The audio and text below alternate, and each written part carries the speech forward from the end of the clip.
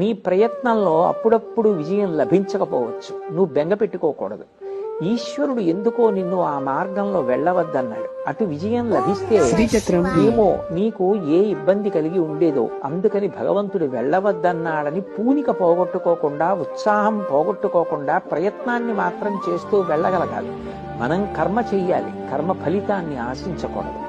ఆ ఉత్సాహం నీకు ఎప్పుడూ ఉండాలని చెప్పడమే ఈశ్వరుడికి నివేదన చేసి ప్రసాదంగా స్వీకరించడం.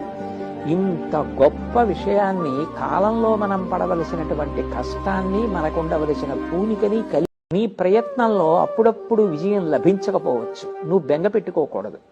ఈశ్వరుడు ఎందుకో నిన్ను ఆ మార్గంలో వెళ్ళవద్దన్నాడు. అటు విజయం లభిస్తే ఏమో నీకు ఏ ఇబ్బంది కలిగి ఉండేదో, అందుకని భగవంతుడు వెళ్ళవద్దన్నాడని పూనిక పోగొట్టుకోకుండా, ఉత్సాహం పోగొట్టుకోకుండా ప్రయత్నాన్ని మాత్రం చేస్తూ వెళ్ళగలగాలి. మనం కర్మ చెయ్యాలి, కర్మ ఫలితాన్ని ఆశించకూడదు.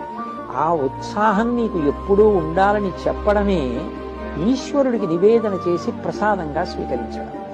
ఇంత గొప్ప విషయాన్ని, కాలంలో మనం పడవలసినటువంటి కష్టాన్ని, మనకుండవలసిన పూనికని